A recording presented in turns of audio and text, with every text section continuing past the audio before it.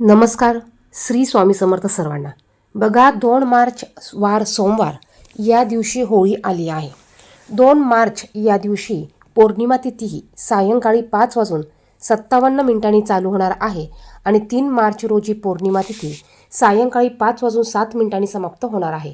3 मार्च या दिवशी ग्रहण सूतक काळ देखील आलेलं असल्यामुळे होलिका दहन आपल्याला 2 मार्च रोजी 6 वाजेनंतर साजरं करायचं आहे. आता या दिवशी आपल्याला अत्यंत प्रभावी असा एक नारळाचा उपाय करायचा आहे. हा उपाय करून आपल्याला आपल्या घराची प्रगती करायची आहे. बघा, फाल्गुन महिन्यात येणारी पौर्णिमा ही होळी पौर्णिमा म्हणून ओळखली जाते. देशभरात होळीसह मोठ्या उत्साहात होळी साजरी केली जाते. होळीच्या दिवशी काही तांत्रिक उपाय देखील केले जातात आणि अशातच आपल्याला या दिवशी हा अत्यंत प्रभावी असा उपाय करायचा आहे. तुम्ही आर्थिक अडचणीत असाल किंवा घरात पैसा टिकत नसेल तर होळीच्या दिवशी केल्या जाणाऱ्या उपायांबद्दल आपण माहिती घेणार आहोत.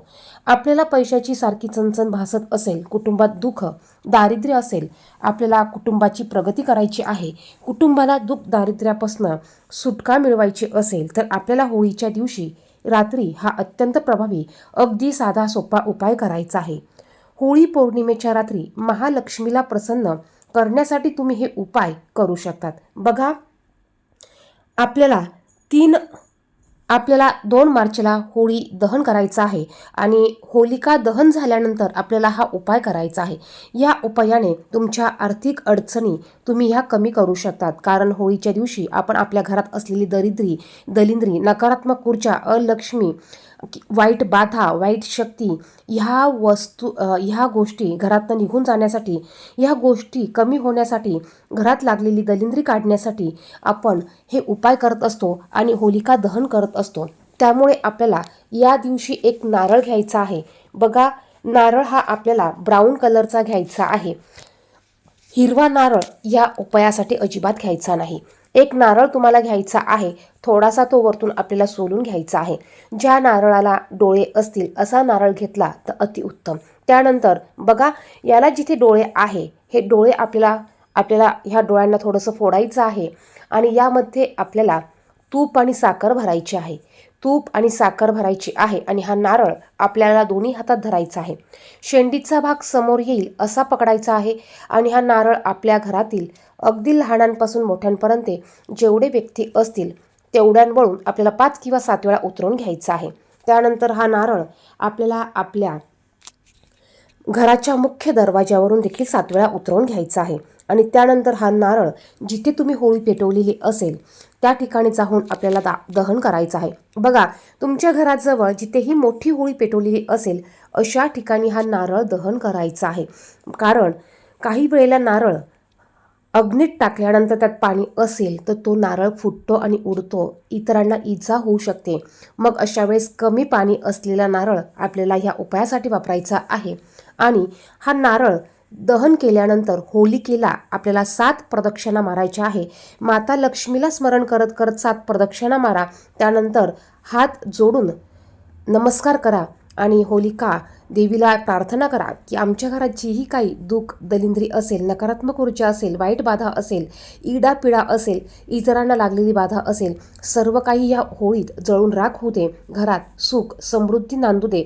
आजपासून वाईट शक्तीचा, वाईट गोष्टींचा नाश होते आणि आजपासून नव्याने आमच्या घरात सुख समृद्धी नांदू दे.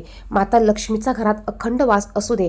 अलक्ष्मी ही कायमची बाहेर निघून जाऊ दे, अशी मनातनं प्रार्थना करायची आहे आणि होलिकेला नमस्कार करायचा आहे. त्यानंतर या दिवशी आपण नारळाचे असे भरपूर उपाय करू शकतो. त्यातलाच दुसरा उपाय म्हणजे, जर का घरात एखादी आजारी व्यक्ती असेल, पीडित व्यक्ती असेल तर तुम्हाला एक नारळ घ्यायचा आहे.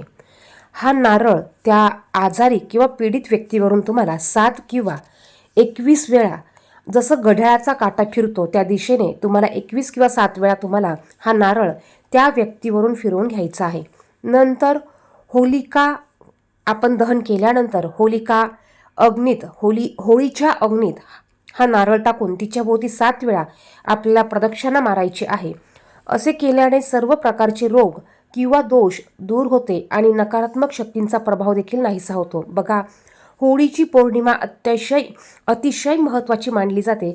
या दिवशी आपण आवर्जून हे उपाय करावेत. या दिवशी घरात जेवढी काही दरिद्रता असते, अलक्ष्मी असते, ही आपल्याला बाहेर काढण्यासाठी ही एक पौर्णिमा अतिशय महत्त्वाची असते. त्यानंतर आपण हा उपाय अवश्य या दिवशी करावा.